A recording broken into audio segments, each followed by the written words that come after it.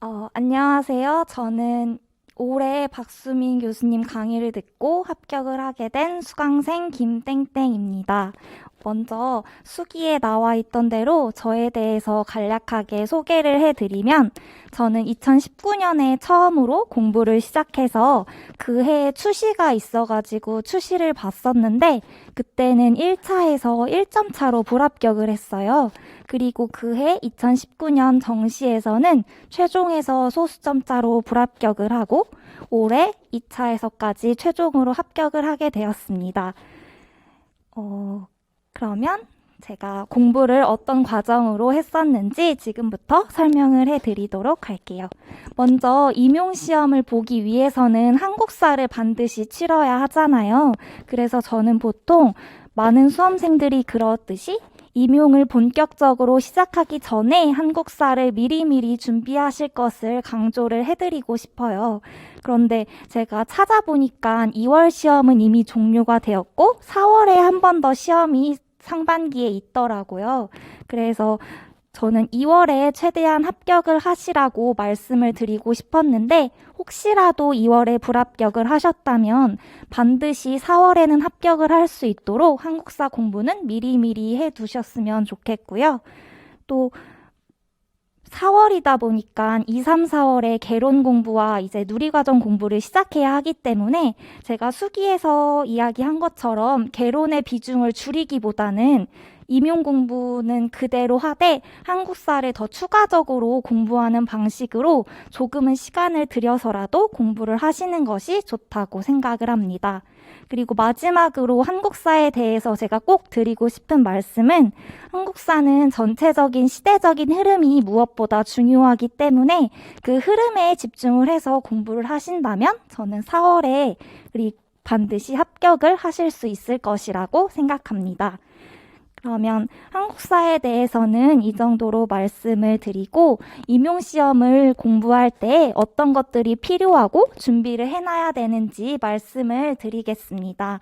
저는 먼저 주변에 아는 합격 선생님이 한 분 계셔가지고 그 선생님께 많은 정보를 얻었어요. 근데 혼자서 임용시험을 시작할 경우에 그런 정보를 얻기가 어려운 경우도 있잖아요. 그래서 저는 유아 임용고시와 관련된 카페들이 다양하게 있으니까 그러한 카페에 꼭 가입하실 것을 강조해드리고 싶습니다. 그리고 박수민 유아 임용의 정석 카페에서도 정말 다양한 정보를 얻으실 수 있고 합스터디를 구하시거나 하실 때에도 그러한 카페에서 많이 정보를 얻으실 수 있기 때문에 꼭 카페에 가입하실 것을 강조해 드리고요. 그리고 이제 우리가 1년의 장기적인 공부를 하기 위해서는 공부를 보다 질적으로 하는 것이 중요하잖아요. 그래서 저는 가장 먼저 공부를 어디에서 할지 공부 장소를 정하는 게 정말 중요하다고 생각을 해요. 저 같은 경우는 처음 초수 때에는 도서관에서 공부를 했었는데 그리고 그 재수 때에는 코로나 때문에 도서관이 초반에만 열리다가 이후에는 열리지가 않아서 스터디 카페에서 공부를 했었어요. 근데 제 개인적으로는 다른 사람들이 공부하는 것을 보면서 공부하는 걸 좋아하는 편이라서 도서관이 잘 맞았었는데 선생님들도 내가 공부해봤던 경험이라던가 그런 것들을 떠올리시면서 내가 어느 장소에서 공부를 해야 공부가 잘 되는구나 이거를 한번 초반부에 빨리 찾아서 공부 장소를 지정하고 공부하실 것을 저는 추천을 해드리고 싶습니다. 그리고 꼭 한번 또 말씀드리고 싶은 점이 있는데요. 코로나 때문에 제가 이렇게 강조해드리기는 조금 어렵기는 하지만 그럼에도 저는 집에서 공부하는 것은 사실 제약이 되게 많은 것 같아요. 집은 쉬는 공간이기도 하고 냉장고도 있고 TV도 있고 되게 유혹을 하는 요소들이 굉장히 많잖아요. 그래서 집은 가급적 나와서 저는 공부를 하실 것을 추천을 해드리고 싶습니다. 그리고 오픈아를 지정을 해야 하냐 말아야 하냐에 대해서도 수험생들마다 되게 이야기가 많이 갈리는 것 같아요. 제 개인적으로는 대부분의 수험생분들이 빠르게 합격을 하고 싶어 하시잖아요. 그렇다면 저는 최대한 사람 만나는 시간을 줄이고 노는 시간을 줄이고 임용 시험에만 집중을 한다면 빠른 길로 합격을 할 수 있지 않을까라는 생각을 합니다.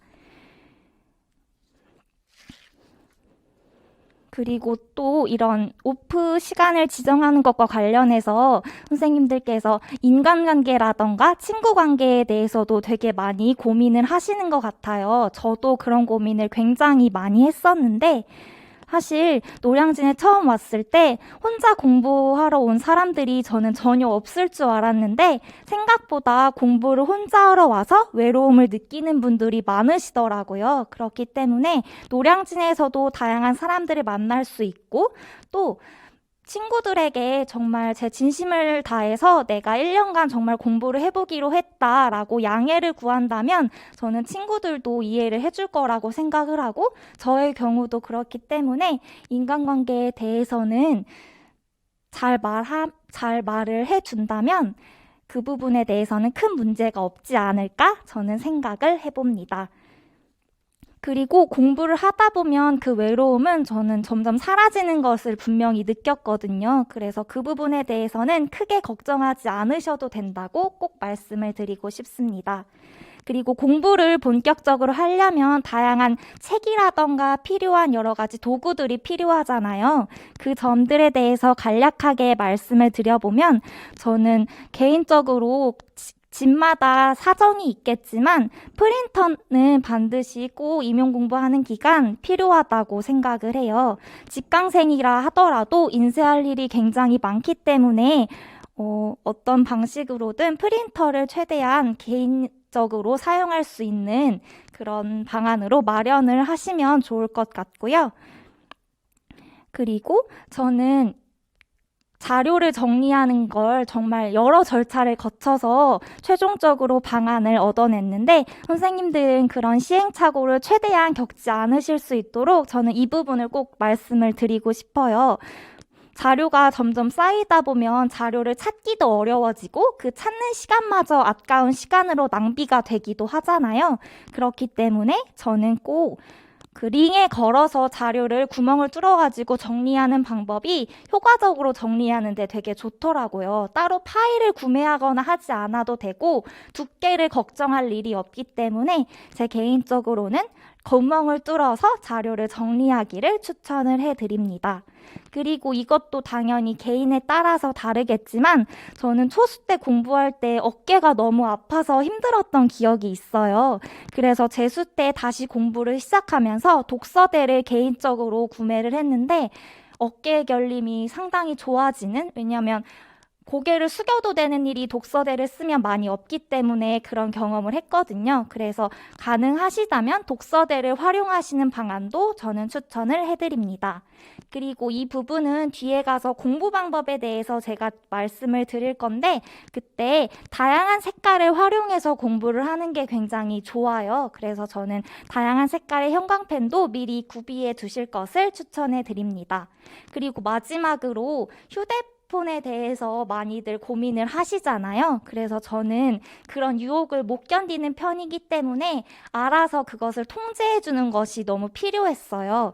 그래서 저는 앱을 검색해가지고 핸드폰을 잠글 수 있는 앱을 찾아내서 활용을 했었는데 정말 잘 활용을 했거든요. 강제적으로 핸드폰을 잠궈두기 때문에 보고 싶어도 볼 수가 없어서 자동적으로 공부에 집중을 하게 만들어주더라고요. 그래서 선생님들도 혹시 핸드폰 사용에 대해서 고민을 하고 계시다면 앱을 검색해서 사용하시기를 추천해 드립니다. 그리고 이제 공부를 할 때 쓰는 자료들에 대해서는 당연히 이제 유임전 강의를 듣고 계실 테니까 그 3권의 책이 필요하고요. 이거는 보통 기본서라고 표현이 되는 책들인데 이 책을 언제까지 봐야 하냐, 요약본을 만들어야 하냐에 대해서도 되게 많이 의견이 갈리는 것 같아요. 근데 제가 2년 동안 공부를 해봤을 때 최종적으로 느낀 거는 요약본을 자꾸 보려고 하기보다는 10월 말까지도 기본서를 계속해서 꾸준히 정독하는 것이 저는 가장 좋은 공부 방법이라는 생각이 들었어요. 그래서 이 유임정은 시험이 끝나기 직전까지 붙들고 보시기를 저는 추천을 해드립니다. 그리고 해설서와 이해자료, 실행자료에 대해서도 많이들 공부를 하실 테고 이 세 가지 자료도 필요하고요. 그리고 기출문제집 같은 경우에는 사람마다 필요하다, 안 하다 이런 얘기들이 많이 또 이것 또한 갈리는 것 같아요. 근데 제 개인적으로는 유임정에 이미 기출문제집이 2013학년도부터 나와 있기 때문에 기출문제집을 따로 구매하기보다는 일단 유임정에 있는 것을 모두 소화한 후에 난 그래도 그 이전 기출을 보고 싶다 하시면은 사시기를 추천을 해드리고요. 그리고 유임정 카페에도 그 이전 기출들이 일부 올라와 있어요. 그래서 인쇄를 해서 풀어보시는 방법도 저는 추천을 해드립니다.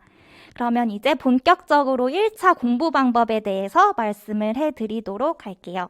먼저 공부를 하려면은 계획을 세워야 하잖아요. 근데 저는 원래는 계획 세우는 걸 좀 좋아하는 편이라서 어렵지는 않았는데 제가 세운 계획이 혹시라도 방향성이 잘못됐을 수도 있을 것 같아서 저는 박수민 교수님께서 항상 매 강좌마다 계획을 항상 알려주세요. 그래서 그 계획의 기본 틀을 따랐고요.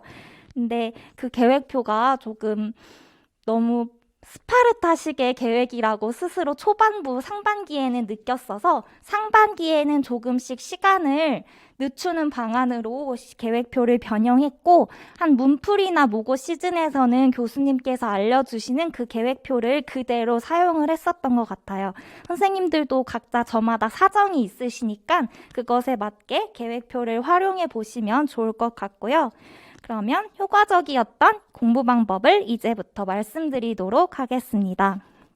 사실 공부 방법이라고 해서 어떤 방법이라고 이야기가 될 수도 있을 것 같지만 저는 기본에 충실하는 방법이 1차의 정말 중심이 되는 공부 방법이라고 생각을 해요.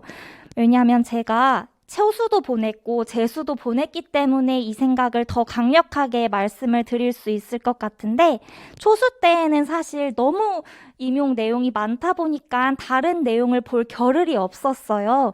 그래서 초수 때는 정말 오로지 유임정에만 집중을 해서 공부를 했는데 생각보다 점수가 고득점으로 잘 나왔었거든요. 근데 근데 결국 제가 최종 불합격을 하고 되돌아보니까 1차 점수가 너무 아쉬운 거예요. 아, 내가 2차에서 수업을 이렇게 했다면, 면접을 이렇게 했다면 이런 생각이 나는 게 아니라, 아, 내가 그 문제 1점만 맞았더라면 이라는 생각이 들더라고요. 그래서 1차가 너무 아쉬운 마음에 다시 공부를 시작할 때 유임정뿐만이 아니라 이 정보 저 정보를 진짜 엄청 많이 찾았어요. 다른 동영상 사이트라던가 아니면 합격생들 블로그라던가 온갖 그런 사이트에서 유아임용과 관련된 새로운 신이론이라고 표현되는 것들을 많이 찾았었는데 결과적으로는 재수 시절에는 유임정에도 집중한 것도 아니고 또 신이론에 그렇다고 또 파고든 것도 아닌 이도저도 아닌 상황이 되면서 제가 1차에 비해 초수 때에 비해 상대적으로 1차 점수가 5점 정도나 낮아졌어요. 그렇기 때문에 저는 개인적으로는 제가 저의 그 2년의 과정을 돌아봤을 때 기본에 충실하게 공부하는 방법이 1차 공부의 핵심이지 않을까라는 생각을 합니다. 그래서 보통 많은 수험생들이 나 이제 유임정 많이 외웠어. 다 외운 것 같아 라는 생각을 하고 이제 신이론은 봐야 한다. 이 시험은 기본 가지고 안 된다 라고 생각을 많이들 하실 수도 있을 것 같은데 사실 저는 그게 착각일 수도 있다는 생각이 들더라고요. 왜냐하면 초수 때도 내가 이 1년을 보내서 공부를 했고 나름 1차 점수도 잘 나왔다고 생각을 했는데 결국 떨어져서 다시 해야 하는 상황이 왔잖아요. 그래서 다시 2월에 공부를 하려는데 왠지 다 아는 것 같고 내가 뭘 더 해야 하나 이런 생각이 드는 거예요. 근데 3월, 4월 시간이 지나면서 제가 몰랐던 부분들이 생기고 심지어는 내가 이걸 잘못 알고 있었네 라는 부분들이 되게 많이 보이더라고요. 그렇기 때문에 아무리 10월이다 한들 그게 제가 진짜 다 알고 있는 정보와 지식이 아닐 수도 있기 때문에 저는 기본을 다 외웠다고 착각하지 않고 반드시 기본에 충실하실 것을 강조를 꼭 해드리고 싶습니다.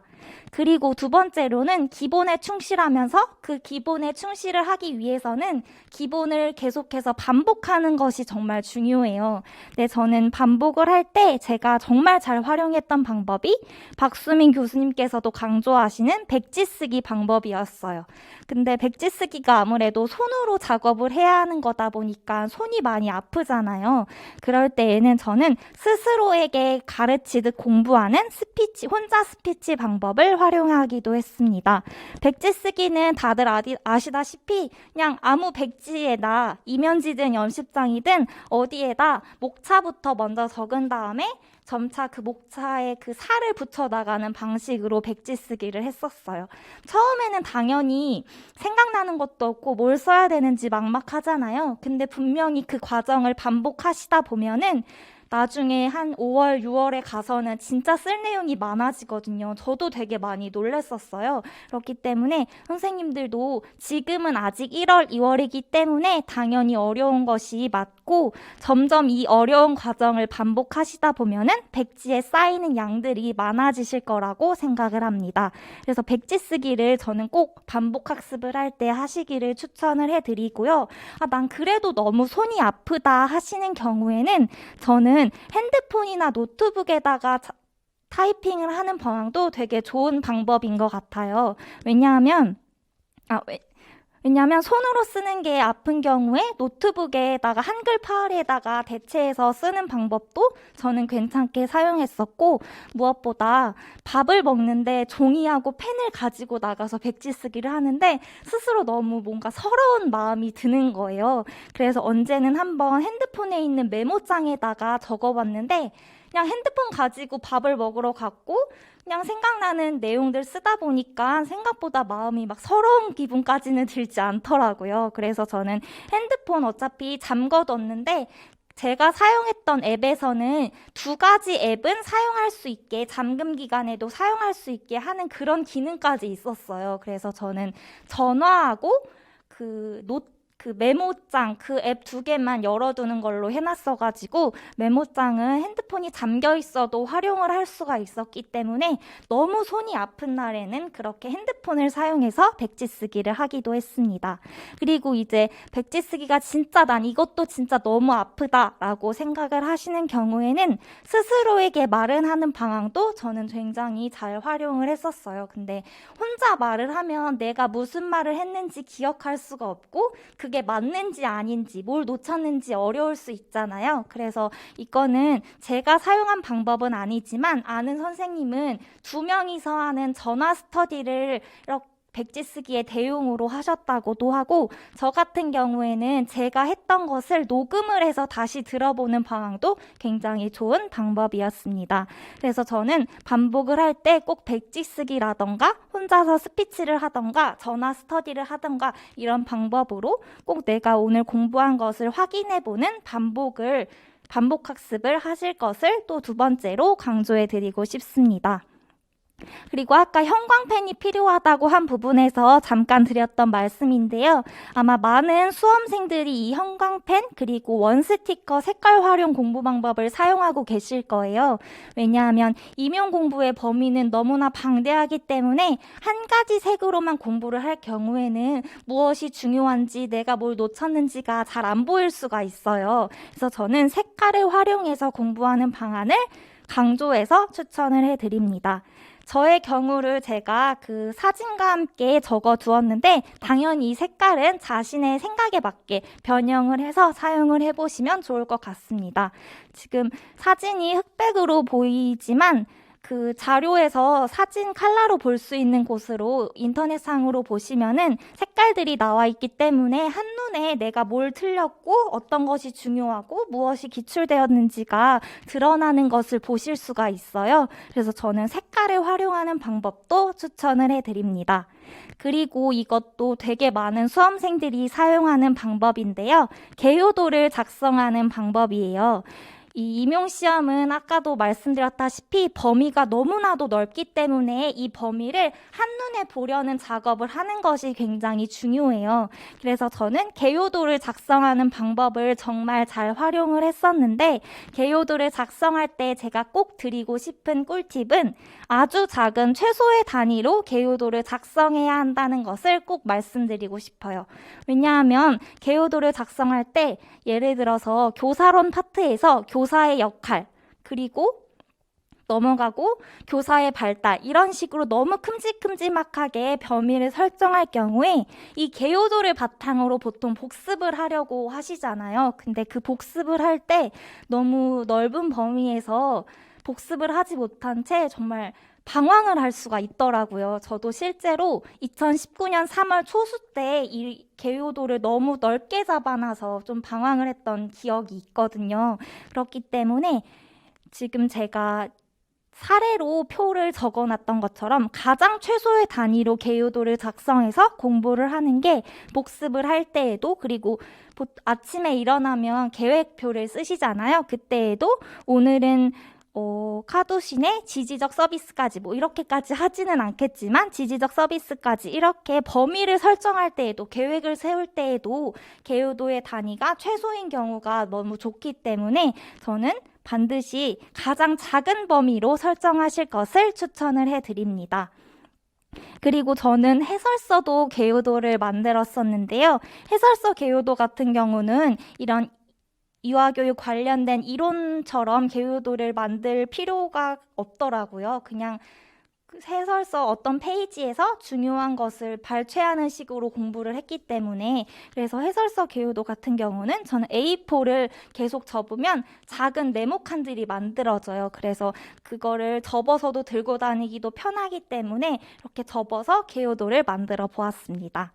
그리고 2019 추시시험 이후로 유아임용의 서술형의 범위가 굉장히 높아졌어요. 그리고 그렇게 추시시험 이후로 서술형 범위가 높지 않더라도 유아임용 시험에는 객관식 문제가 단 한 문항도 없잖아요. 그렇기 때문에 저희는 이제 서술형을 작성하는 연습을 하는 것이 정말 중요해요. 근데 제가 서술형 작성을 연습했던 방안을 말씀드리면, 일단 저희는 논술을 작성을 하기 때문에 논술 공부를 하는 것도 굉장히 서술형을 연습하는데 저는 도움이 많이 되었다고, 기초가 되었다고 생각을 하고요.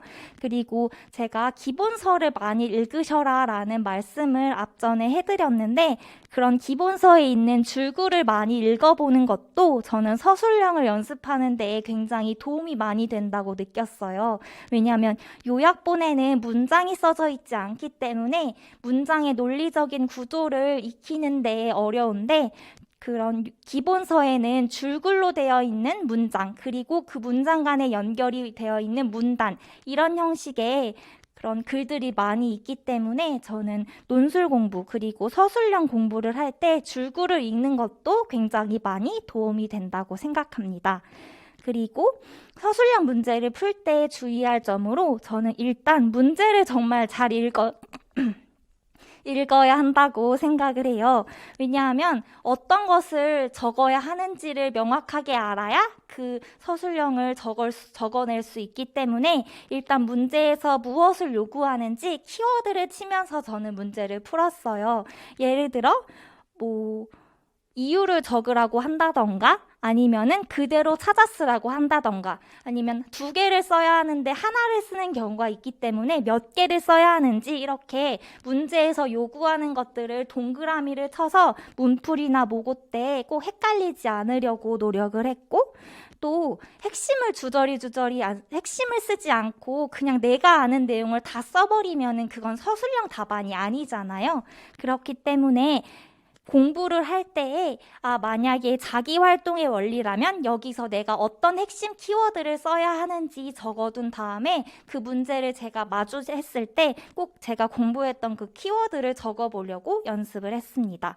그래서 그렇게 제가 사례에 적어두었던 것처럼 문법의 과잉 일반화라던가 협동놀이 단계라던가 이렇게 키워드별로 한 줄 정리를 해놔서 그것을 계속해서 암기를 하다 보면 서술형을 마주했을 때에도 내가 한 줄 정리한 거에 조금 다듬어서 문장을 완성하면 되더라고요. 그래서 그렇게 한 문장 정리를 꼭 해두실 것을 강조해 드리고요. 그리고 난 이렇게 했는데도 너무 어렵다 하시는 경우에는 저는 문풀과 모고 때 모범 답안이 주어지잖아요. 그것을 통째로 암기하는 방법도 굉장히 좋다고 생각을 합니다. 그것을 통으로 암기를 하다 보면 문장의 구조가 보이고, 이유를 쓰는 문제에서는 내가 이런 식으로 서술을 해야 되는구나, 이런 것들이 보이더라고요. 그렇기 때문에 문풀 시즌부터 모범 답안을 암기하는 방안도 저는 서술형 공부의 한 방법이라고 생각을 합니다. 그리고 저는 또 방법이라고 표현하기는 어려울 수 있지만 이 시험 문제가에 무엇이 나올지, 그리고 내가 어디까지 공부할지 함부로 범위를 예측하거나 문제를 예측하거나 하는 일이 없으셨으면 좋겠다는 것을 강조해서 말씀을 드리고 싶어요.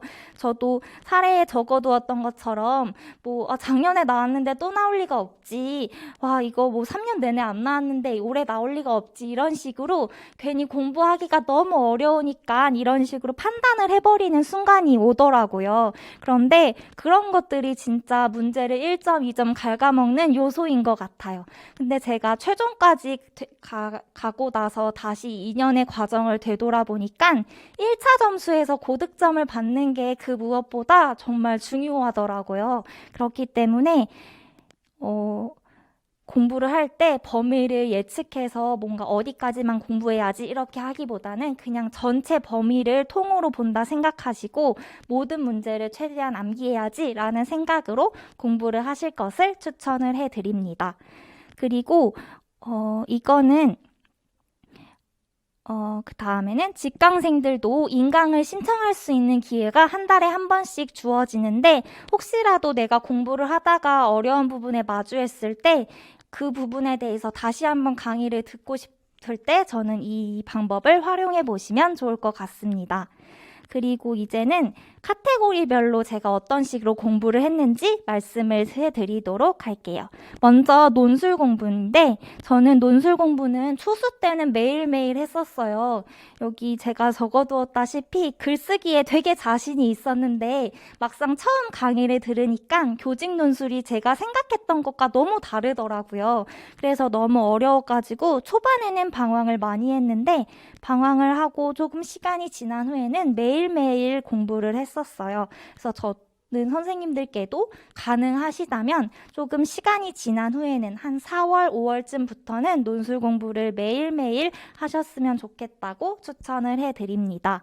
그리고 논술은 또 언제 시작해야 되는지에 대해서도 생각이 되게 많으신 것 같아요. 저도 2019년에 1월에 누구도 시작한다던데 나도 해야 되지 않나? 라는 생각을 막 하고 막 이것저것 정보도 찾아보고 막 힘들어했던 기억이 있는데, 저 개인적으로는 논술도 무엇인가를 알아야 그 알맹이를 쓸 수가 있기 때문에 1월 임용 시작하면서부터 논술을 공부하기보다는 개론이 모두 끝났을 때, 어느 정도 내 머릿속에 개론에 대한 지식이 좀 잡혀 있을 때 논술을 공부하실 것을 추천을 해드리고 싶습니다.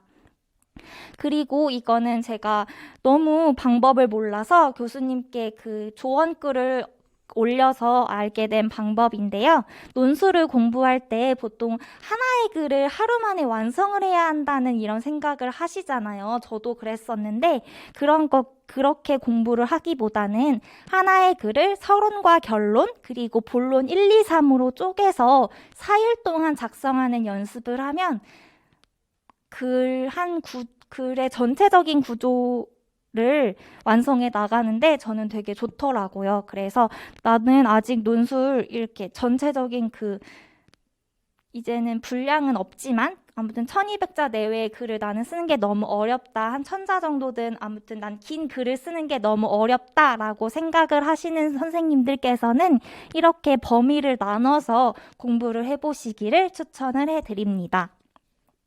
그리고 필사도 수험생들마다 많이 갈리는 것 같은데 저의 경우에는 필사가 그렇게 크게 잘 맞지는 않았던 것 같아요. 그래서 혹시 선생님들도 한번 시도를 해보시고 나한테 맞지 않는다 하신다면 저는 개인적으로 모범 답안의 구조를 분석하는 연습을 되게 많이 했어서 필사가 나에게 안 맞는다 하시는 선생님들께는 이 구조를 분석하는 방안을 추천을 해드립니다. 제가 그 수기에도 사진을 하나 올려두었는데 예를 들어서 문장을 서술할 때 특정 구조들이 있잖아요. 그 구조들이 모범 답안을 보다 보면 점차 보이기 시작하더라고요. 그래서 그것들을 이렇게 형광펜으로 표시를 해두다 보면 내가 또 이런 유형의 문제를 마주했을 때 이런 식으로 진술을 하면 되는구나가 보이면서 글을 쓰는데 훨씬 수월해지더라고요. 그래서 저는 모범 답안의 구조를 분석하는 연습도 논술 공부의 한 방법이라고 생각합니다. 그리고 내가 아무리 1차 관련된 개론, 누리과정 공부를 했어도 아이디어가 더 이상 떠오르지 않는 경우가 있잖아요.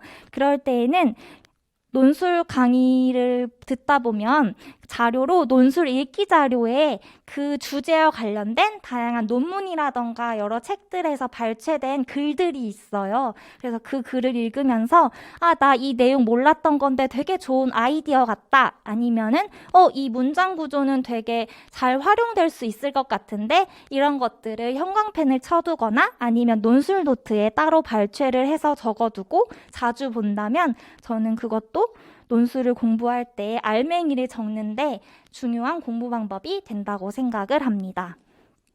그리고 두 번째로는 법에 대해서 말씀을 드려보고자 하는데요. 법 같은 경우는 언제부터 공부를 시작해야 하느냐도 또 수험생들마다 많이 갈리는 것 같아요. 근데 제가 생각하기에는 법은 초반부터 공부를 하셨으면 좋겠다고 꼭 말씀을 드리고 싶습니다. 왜냐하면 점점 6월, 7월, 8월이 가다 보면 내가 공부해야 할 분량들이 생각보다 더 넘쳐나고 반복해야 하는 내용들이 너무나 많아지기 때문에 법 같은 되게 사사로운 몇 분 공부하면 될 것 같은 그 내용을 공부하는 게 되게 아깝게 느껴져요. 그렇기 때문에 저는 꼭 1월부터 유아교육법부터 하루에 한 조씩이라도 꼭 차근차근 볼 것을 강조해드리고 싶습니다.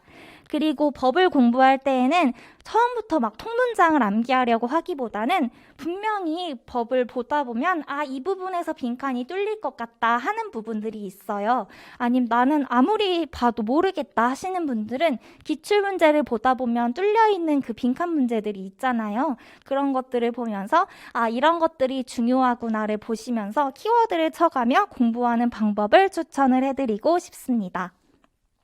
그리고 고시문 같은 경우, 그리고 안전에서도 아동복지법이라던가 7대 안전의 경우에는 정말 단순 암기, 토시 하나도 안 틀리고 외워야 하는 파트들이 있어요. 그래서 이것들은 저는 뭔가 공부 시간에 내가 책상 의자에 앉아있을 때 공부를 하기보다는 자투리 시간을 활용해서 암기하는 방안을 추천을 해드리고 싶습니다. 왜냐하면 이런 고시문 같은 파트를 뭔가 공부 시간에 하게 되면 괜히 뭔가 아까운 마음이 들고 나 이것도 해야 되고 저것도 해야 되는데 이런 생각들이 들더라고요. 그렇기 때문에 틈틈이 자투리 시간을 모으면 하루에 3-4시간 정도가 나오거든요. 그래서 그 시간을 활용해서 암기를 하실 것을 추천해드리고 싶습니다.